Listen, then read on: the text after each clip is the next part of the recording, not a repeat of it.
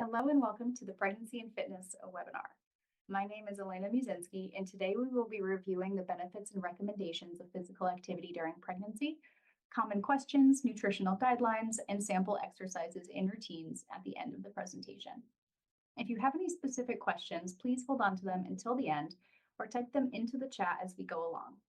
If time does not allow at the end, I will follow up with everyone via email. Let's get started. Let's take a minute to go over our disclaimer.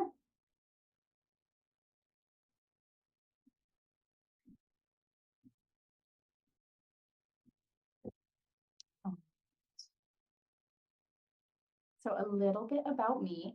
So I am from Connecticut, and I received my bachelor's degree in exercise science and health promotion with a minor in dance from Central Connecticut State University.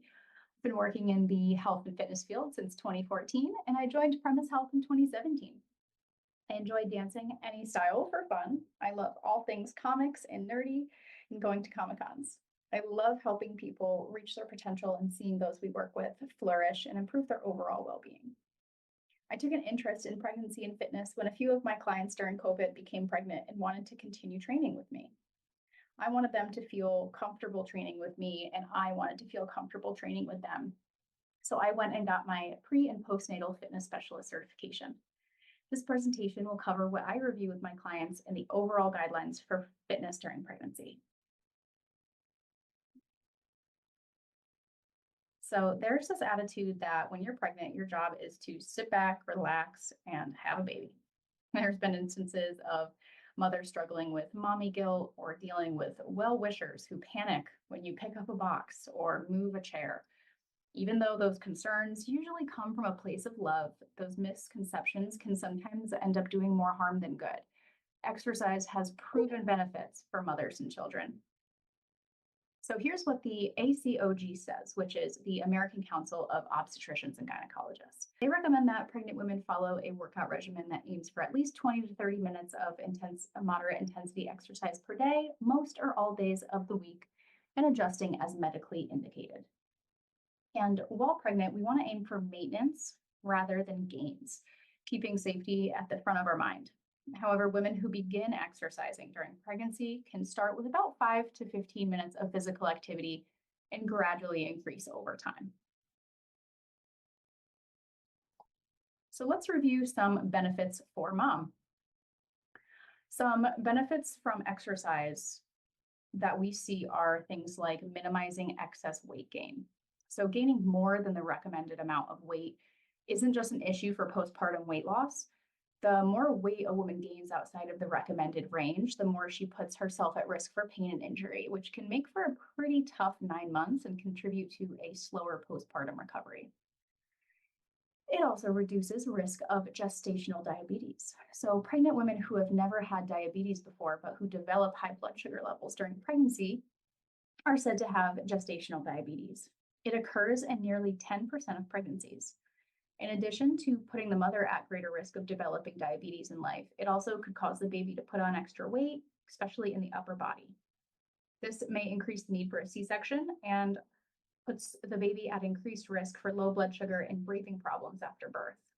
In addition, babies born to mothers with gestational diabetes are more likely to be overweight or obese as children and are at a higher risk for developing type 2 diabetes during their adult years. Research has shown that women who participated in recreational activity within the first 20 weeks of pregnancy decreased the risk of gestational diabetes by almost half. Activity also lowers the risk of pregnancy-induced hypertension, so high blood pressure. And we know that this can be very dangerous during pregnancy, especially if it develops into preeclampsia, which is a serious condition characterized by high blood pressure and a presence of protein in the urine, which can warrant immediate delivery of the baby. Exercise can help keep blood pressure in check. It also helps prevent pregnancy pains and injuries. It says that the most recent research has shown that the physical and physiological changes of pregnancy can put an extreme amount of stress on the body, which may lead to a host of injuries, such as lower back pain, diastasis recti, pelvic floor dysfunction, sacroiliac joint pain, and many more. proper exercise can dramatically reduce the risk of getting nearly all of these. But wait, there's more. So there's also a reduced risk of nausea, constipation, heartburn, indigestion, swelling, and varicose veins, all of the not so fun side effects of pregnancy. While exercise won't guarantee a woman will avoid these, it's been shown to improve circulation and digestion, which certainly helps. It can also improve sleep, mood, energy, and self-esteem. Exercise releases endorphins, which trigger a positive feeling in the body, close to morphine. Exercise can also improve sleep by reducing anxiety and depressive symptoms. In fact, active women have been shown to experience fewer feelings of stress, anxiety, insomnia, and depression, negative emotions that are commonly experienced during pregnancy. It can also facilitate easier labor with less need for medical intervention. Cardio exercise during pregnancy improves endurance, which makes women better able to handle the physical demands of labor. A large study found the following benefits from weight-bearing exercise performed throughout pregnancy: a 75% reduction in maternal exhaustion, a 75% reduction in need for forceps or C-section, 50% decrease in need for oxytocin, a 50% decrease in need for medical intervention due to fetal heart rate abnormalities, and a 30% reduction in the duration of the active labor phase. It also expedites postpartum recovery and improves ability to carry out new mom activities of daily living. Exercise has been shown to facilitate a return to activities of daily living 40% faster following labor, with less discomfort from the physical demands of motherhood. Longer-term studies showed that 1 year after delivery, 75% of women who exercised regularly during their pregnancies had returned to their pre-pregnancy fitness levels versus only 30% of women who did not exercise. All right, we saw benefits for mom, but let's review some benefits for baby. So one of these benefits is improving placental function. The placenta is an entirely new organ that a woman grows during pregnancy that provides the fetus all of the oxygen and nutrients it needs to grow. Studies have shown that women who exercise regularly in the early to mid-pregnancy experience a more rapid growth of the placenta and have improved placental function. At any rate of uterine blood flow, oxygen and nutrient delivery to the baby will be higher in a woman who exercises than one who does not. Exercise has also been shown to reduce the risk of premature labor or low birth weight, as well as babies being born with macrosomia, which is a birth weight over 8 pounds, 13 ounces. So it can really help improve baby's health at time of birth. Exercise during pregnancy is correlated with higher newborn APGAR scores, a measure of the baby's physical condition at birth that takes into account the appearance, strength of crying, muscle tone, and other physical characteristics. It also improves baby's ability to manage the stresses of labor and help recover more quickly. Labor can be stressful for babies as well as mothers. However, babies of moms who exercise during pregnancy has been shown to be less stressed by labor and delivery and recover more quickly. Exercise also improves cardiorespiratory health of baby even into the childhood years. So congenital heart defects are one of the most common birth defects, affecting as many as 1 in 100 babies. Exercise has been shown to substantially reduce the risk of giving birth to babies with heart defects. Exercise has also been shown to improve cardio health of the baby, resulting in a higher cardio fitness level that extends into childhood.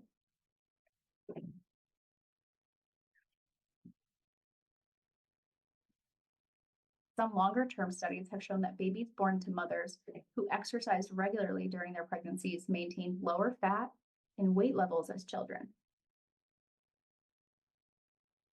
Longer-term studies have also shown that babies born to mothers who exercised during pregnancy scored higher on general intelligence, memory tests, and oral language tests than children of non-exercising mothers, even when factoring out parental weight, height, education, socioeconomic status, and several other factors that could influence a child's development.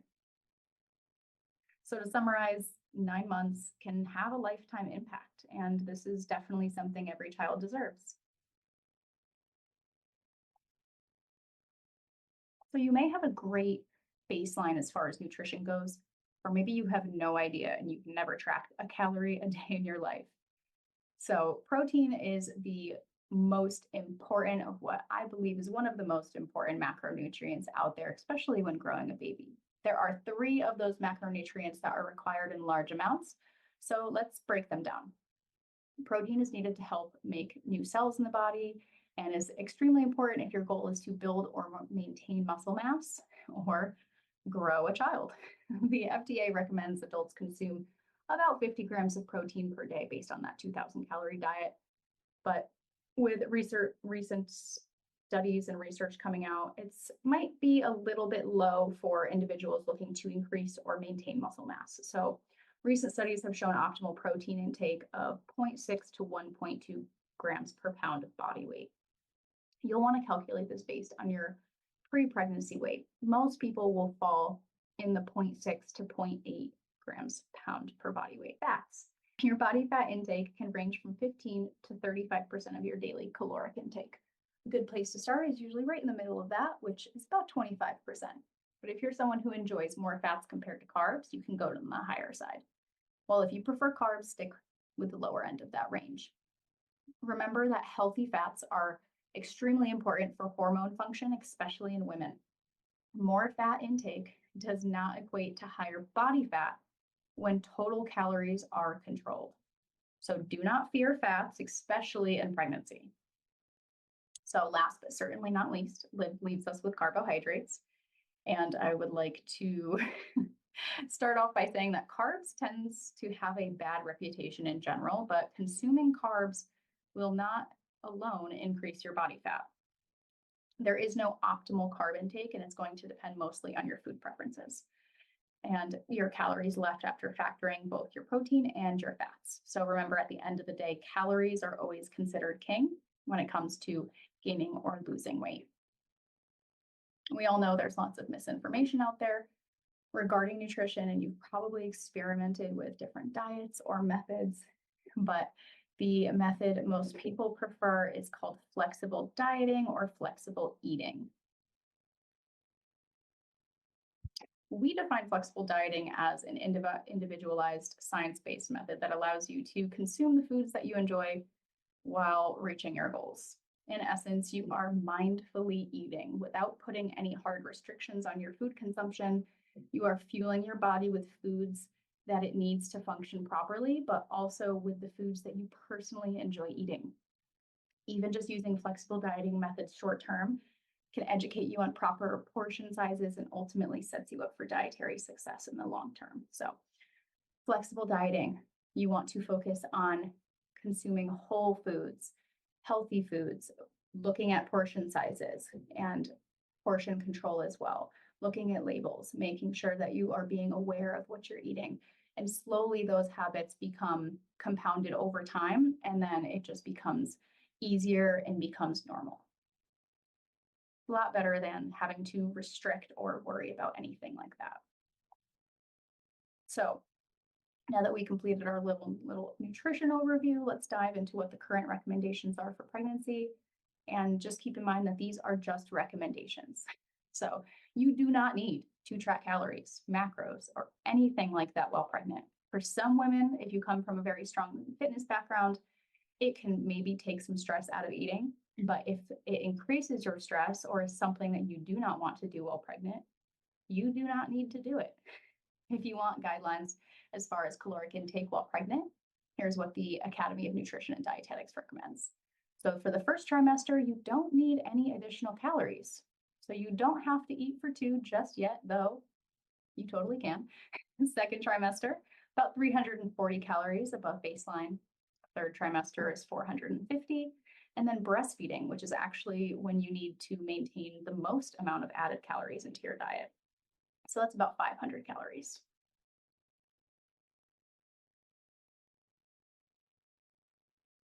All right, so dealing with food aversions can also be something that is a challenge during nutrition time with pregnancy. So don't force it. If something just isn't sitting right with you or doesn't feel appetizing, switch gears and have something else. Keep a variety of options in your house to ensure you always have something to munch on. we want to try to keep things that you're going to enjoy. So if you can't do hot meals, try something cold, or vice versa. Can't stomach a huge lunch, but smaller snacks are hitting the spot. That's better than nothing. Eat when you can stomach food. Ditch that mentality that you have to eat at certain times and tune into your hunger levels to get food in when you can. And bland and boring is likely the way to go for a while. We know how much you probably love hot sauces or spicy foods, but keeping your foods plain, for opting for plain foods like rice cakes, chickpea pasta, or potatoes might be helpful in regard to keeping your food down. Have you ever heard of pica? So pica is a disorder that causes cravings for items that contain no nutritional value. Pregnant women with pica may want to eat clay, stones, cigarette ashes, ice, or starch, among other strange substances. If you have pica during pregnancy, it may indicate a lack of a specific vitamin or mineral. It's important to notify your doctor if you crave non-food items or have eaten non-food items, as it can be dangerous for you and baby. Should you set goals during pregnancy? We believe it's still very important to set goals for yourself during pregnancy. Your goals during pregnancy should support building a healthy body and ensuring the home for you and your growing baby is thriving. Having goals are a great way to hold yourself accountable, but it's important to note that your goals should not be focused around numbers. Example, I only want to gain 20 pounds, or I want to be squatting 200 pounds by the end of the third trimester.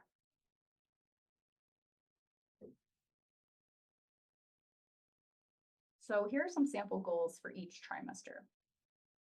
With each trimester, your body is going to go through a lot of different changes, and this is going to highlight some common changes you may be dealing with and how to adjust training to work around them, and list the goals of training during each of these phases so that you have an idea of the why behind training. Whether some exercises seem like a breeze for you or you are totally new, remind yourself that you can always modify or progress as much as you want, and that the goal here is to keep your body moving and keep you feeling good without chasing personal records or lifting the most weight you've ever lifted. So in trimester 1, some common changes in the first trimester include fatigue, nausea, forgetfulness, mood swings, and that's really just the tip of the iceberg. And just the acceptance that you and your body are about to go through some pretty big changes. And some women may not even realize that they're pregnant until about 4 to 8 weeks. So even though conception hasn't even happened yet, they say that pregnancy technically starts at the first date of your last period. For trimester 2, our training goals here are to reduce the incidence of low back pain through training and the core. So we want to keep up with our goals mentioned in trimester 1. So your end goals for trimester 1 was to continue to stay active, presuming that you have no contraindications to exercise. But trimester 2 can be a turning point for a lot of women, and seeing improvements in fatigue and nausea is common. But remind yourself constantly that every pregnancy is vastly different and that you're going at your own rate for everything. Common concerns in the second trimester include round ligament pain due to stretching of your ligaments in uterus and an increase in breast size, which may cause lower back pain. Trimester 3 is where your physical size changes the most. You'll not only have a belly to work around, but you'll be experiencing more movements from baby. Most programs will start to scale back around month 8, so know that intensity does come down, and our exercise selection is geared towards helping you prepare for labor and delivery. Third trimester brings a lot of changes physically, but with clearance from your doctor, there is no reason why you can't be training right up until the day you give birth.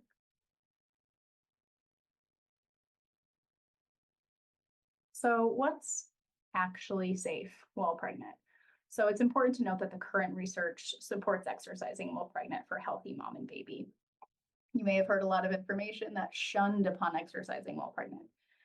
So be very mindful of where you get your information from.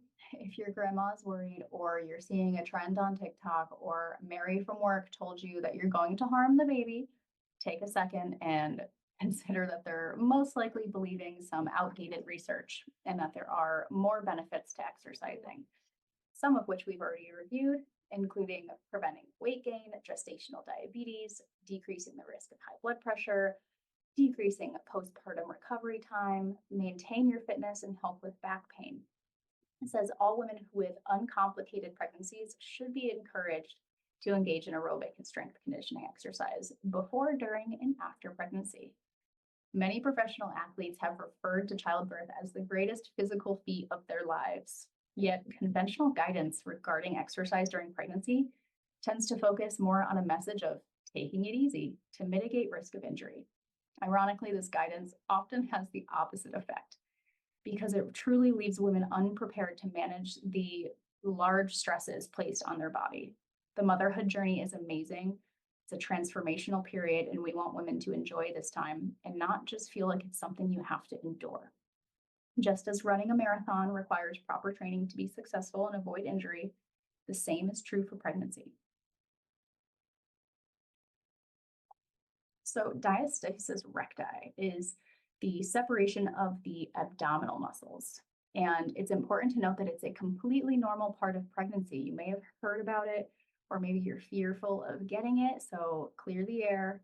100% of women experience diastasis recti by the final trimester of pregnancy. This happens specifically because your baby needs room to grow. There is no other way around the separation during pregnancy. More than half of women who remain abnormally wide in this area 8 weeks postpartum, and sometimes it can take even longer, up to a year, for the gap to completely recover. The good news is that focusing on your pelvic floor activation, minimizing movements that cause doming or coning, and allowing your body adequate time to recover postpartum help close the gap faster. Coning can happen to anyone, pregnant or not, and is an indicator that your core is not quite strong enough to sustain the movement you're trying to do. In pregnant women, it's obviously common because of that gap. It can happen during any type of exercise, but also during daily movements like sitting up out of bed. It's important to take note when you notice coning happening and try to limit that specific movement or modify the exercise. If you notice that this is happening when you're sitting up in bed or on the couch, simply roll to the side and use your arms to push yourself up rather than placing the work on the core. Speaking of coning and doming, let's discuss what that means. So both of these terms essentially mean the same thing: when intra-abdominal pressure is increased and it's not functioning properly. You can see what that looks like here in those pictures. It looks like a cone-shaped line poking out of the midline of the abdomen.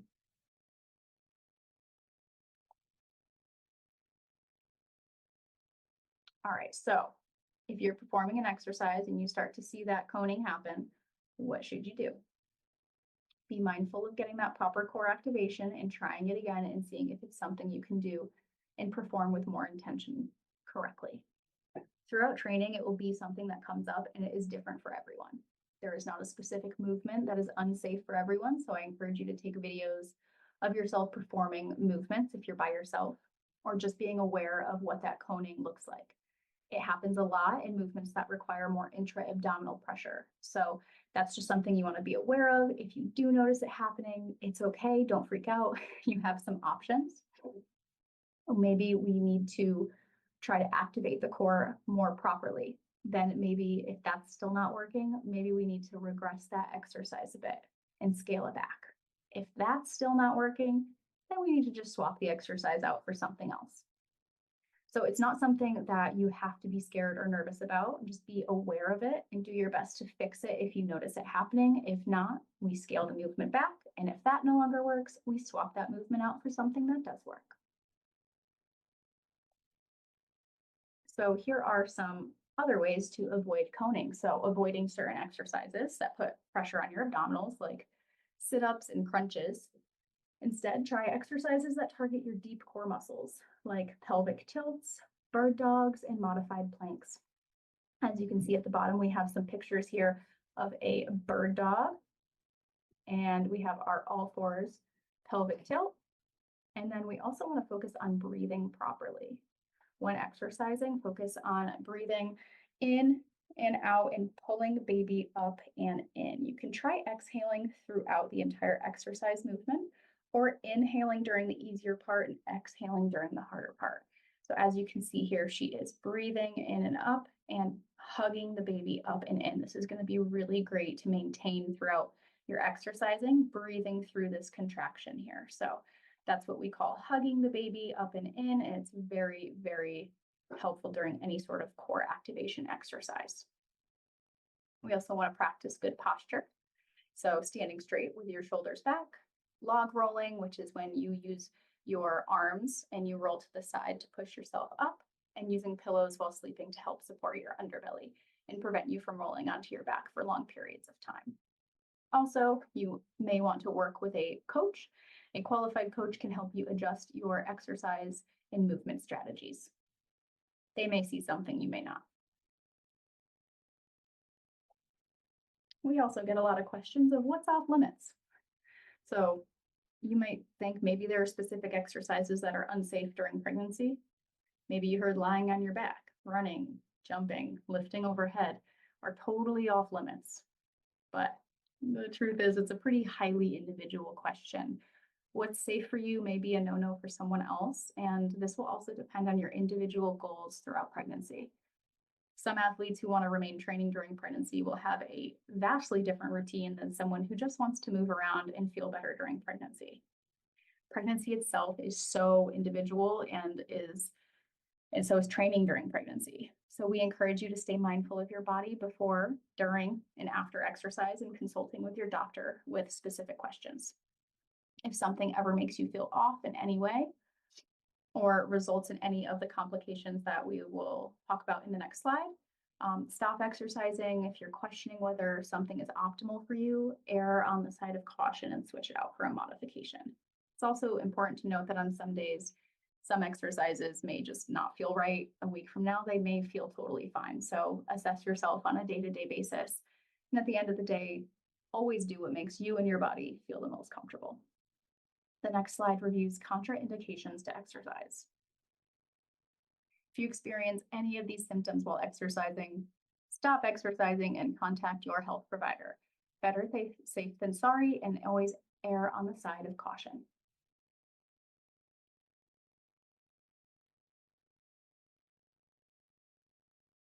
Common pelvic floor strengthening exercises. So we get lots of questions about pelvic floor and the importance of it during pregnancy.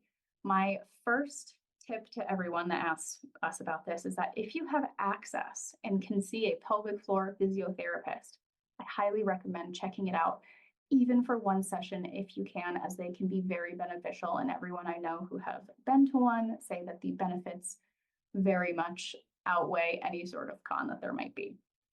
But common exercises that you'll see in a training routine for that pelvic floor will be something like this. So the pelvic floor is extremely important to train during and after pregnancy. So here are some common exercises you may see in a program to help build and work on that floor strength. Deep breathing, pelvic tilts, basic Kegels, Kegels with breathing, bridging, bird dogs, heel slides, and side lying leg lifts. Now, if you have a coach or a friend, these will be also available after the presentation as slides too. So you can still take a peek at these when we are done. We have some sample routines as well here, and you'll notice that this is the first trimester workout, and this is a home workout that was made for one of my clients many, many months ago. So you'll see that this is very similar to almost a regular routine. Like you wouldn't even know that the person who was doing this routine was pregnant. So this was just a routine to really focus on keeping the upper body strength in check, which you'll need after pregnancy when you are picking up baby, putting down baby, doing lots of loads of laundry, reaching overhead, bending over in a crib, rocking, breastfeeding. A lot of that movement will curve those shoulders in. So we want to focus on strengthening the chest and back to kind of offset those movements. Same thing with lower body. We want to keep the glutes and hips strong and mobile. And again, we want to make our core nice and strong and be mindful of it during this first trimester. Second trimester may ramp up a little bit if you're feeling good. You can keep the routine the same. Usually things won't change too much here. As you can see, we have things like push-ups, chest press, push presses, deadlifts, very, very common exercises, but we like to do lots of movements that will also help you train for birth. Trimester 3. So again, you'll see there's some body weight squats, some calf raises, again, things like stretching the hamstrings, because you'll be in positions where your legs and hamstrings will be stretched during labor, and things that will engage the core, but things that aren't placing too much core pressure on those intra-abdominals. So things like a side plank, bird dogs, like we saw before, around the world, or farmers walks. We want to make sure that our knee fallouts, which sounds very silly, but it's basically laying on your back, knees together, and allowing one knee to come down and up. Things that will help keep that pelvic floor nice and strong. Same thing with bridging. So wall sits, hip thrusts, you'll notice that it targets a lot of the lower body, as we want to keep our lower body nice and strong, especially during active labor, pre-labor, all of that. So this is a workout that you can modify as needed. This is just a sample routine that we have here that I'd like to share with you. We also have a postpartum workout. So this can be done daily or as you see fit. Really just depends how you're feeling post-birth, because we know it can be very chaotic in those early days after having baby. So each session should take around 10 to 20 minutes, and we like to focus on breath work and core mobility training outside of walking about 5 to 10 minutes per day. So as you can see here, we have a couple different exercises that are very, very basic. A lot of these you can even do lying down in bed, and they are, again, geared towards helping close that gap in the core and making sure that your core strength and everything stays nice and intact, and that we keep it stabilized.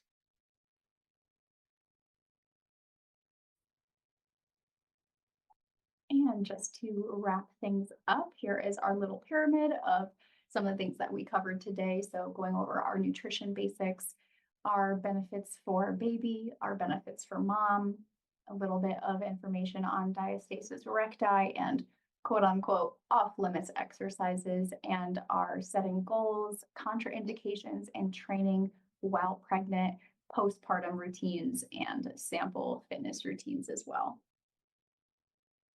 If you have any specific questions, please feel free to type them in the chat. And any other questions that we won't be able to answer today, I will follow up via email. Thank you so much for attending, and I hope you have a wonderful rest of your day.